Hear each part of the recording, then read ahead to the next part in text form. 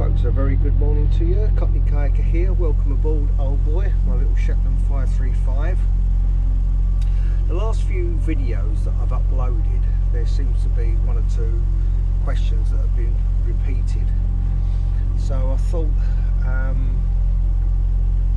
maybe the best way to address it is by doing a little short video, because perhaps other people are thinking the same thing. You know, it might help other people out. So let's get cracked on and with question number one.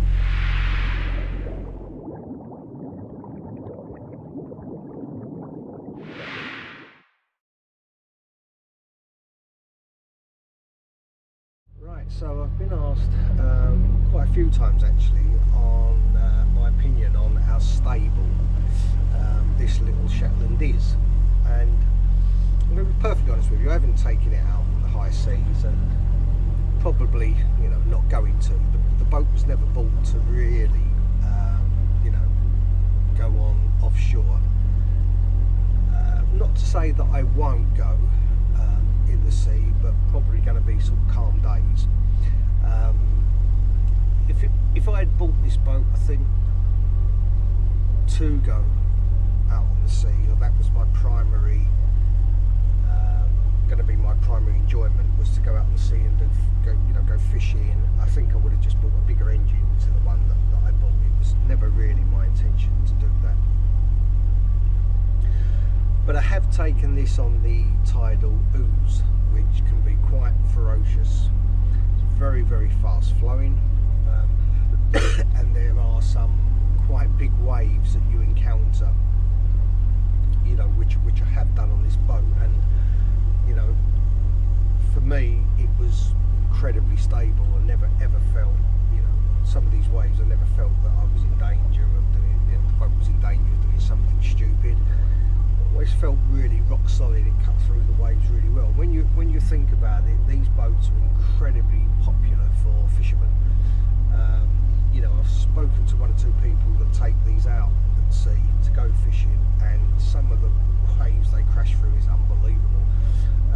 You know, they feel very, very confident in this boat. So basically, I think if you are worried about if you are thinking about getting a little boat like this and a bit concerned about stability, I think don't lose any sleep over that. I think you'll be fine. Of course, everything has its limitations, and you know, experience plays a big part of decision making, doesn't it? So if you're like me and really new to boating, and you know, it's baby steps, and unless you go out with someone far more experienced who can show you the ropes, I don't have that luxury, so I'm kind of learning as I go. But stability wise, cannot fault this little boat, sound as a pound.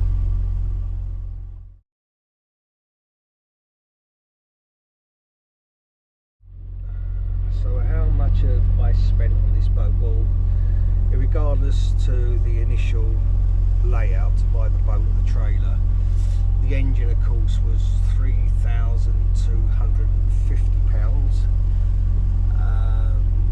You know, and I needed an engine for this boat. I didn't probably have to spend that amount. I didn't have to buy something brand new. That was something that I chose to purchase. I just wanted a new fuel injection engine and really have sort of stress-free boating.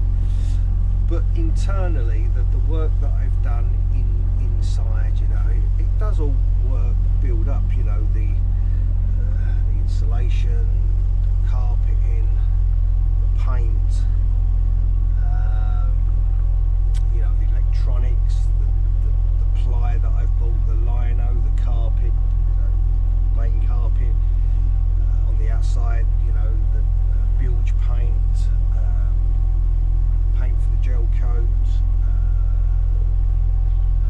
I suppose really probably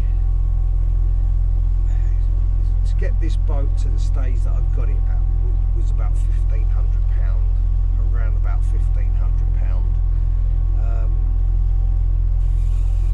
You know, I've not really got much more expense, I don't think. I mean, I'm in a few weeks' time the boat's going to be going for its first, or the engine's going for its first service.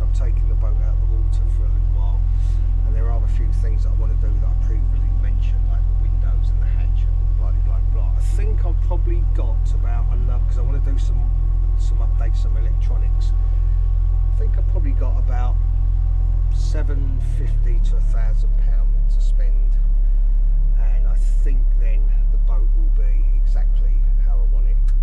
Fingers crossed.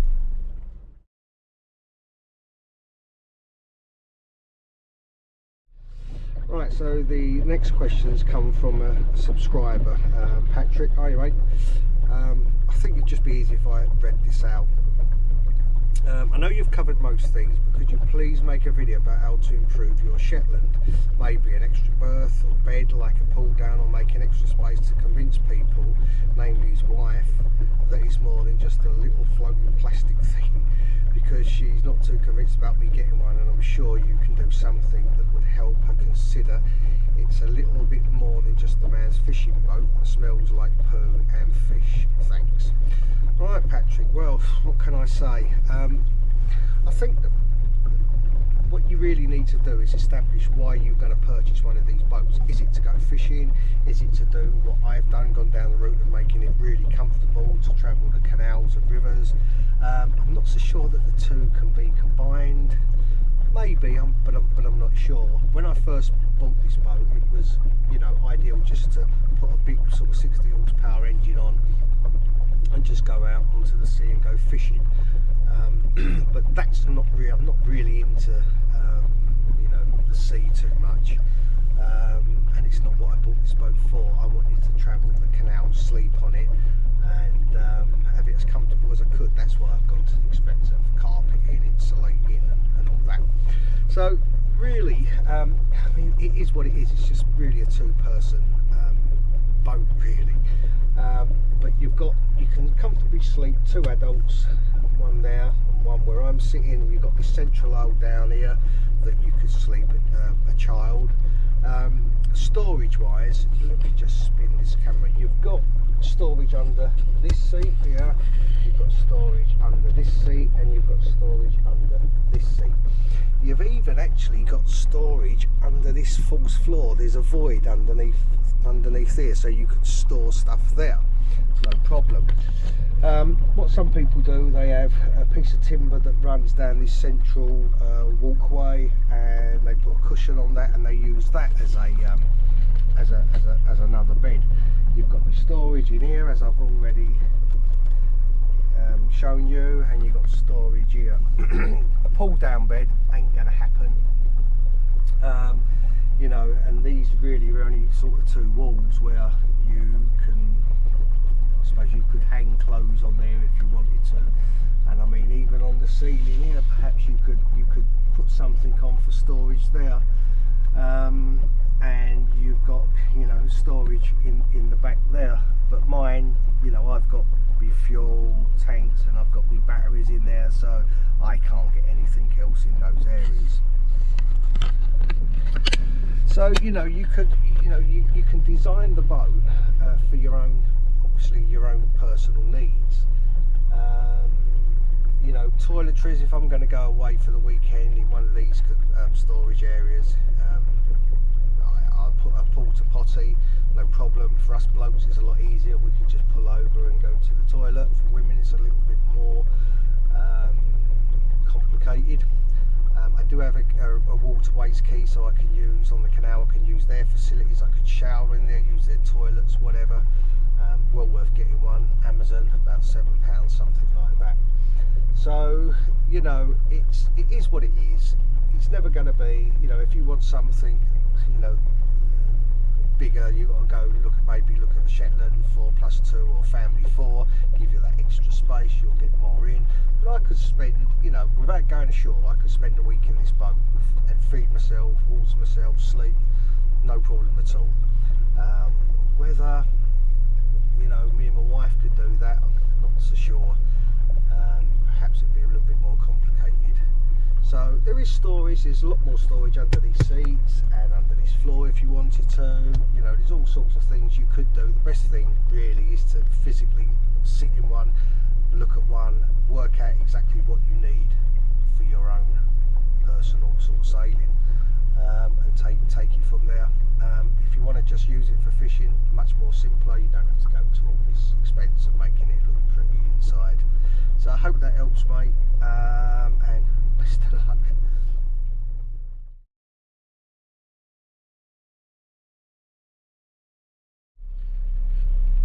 So the final question, I've been asked a few times by people, would I consider selling this boat? And I think probably the answer is no, because above and beyond what I've bought for it, materialistic things, the amount of hours that has been put into this boat equates to, Lord only knows how many hours and hours and hours of graft has gone into this boat, and I don't think anyone would pay me for the work that I've put into the boat. So you know, I'm going to enjoy this boat. I think that the few additions that I'm going to be doing shortly are going to make this boat much better, more comfortable than what it is now. I'm really looking forward to doing those bits and pieces, and I'm really looking forward to you know, exploring the rivers and canals on this boat. I love this boat. I don't regret, never regretted buying it. I can't wait to come down and get on it and go for a little bimble up and down the river. You know, and I'm looking forward to sort of autumn time when the weed dies down on the Pocklington Canal, and having a go along there. And you know, there's so much I'm looking forward to. I couldn't possibly consider this boat. So sorry guys. Obviously in the future things change, don't we? We all want something different. So yeah, I mean, in the future, no doubt, you know, I will be selling it and getting something else. But until then, you know, I'm more than happy with what I've got. So I hope those have answered answers some of the questions that I've had. They are repeat questions, so I thought why I've done this little video. So another week or two, the boat's going home. I'll probably video some of the work that I'm doing to it as we go along. Hopefully that will be of interest to some of you. So until then, safe and happy.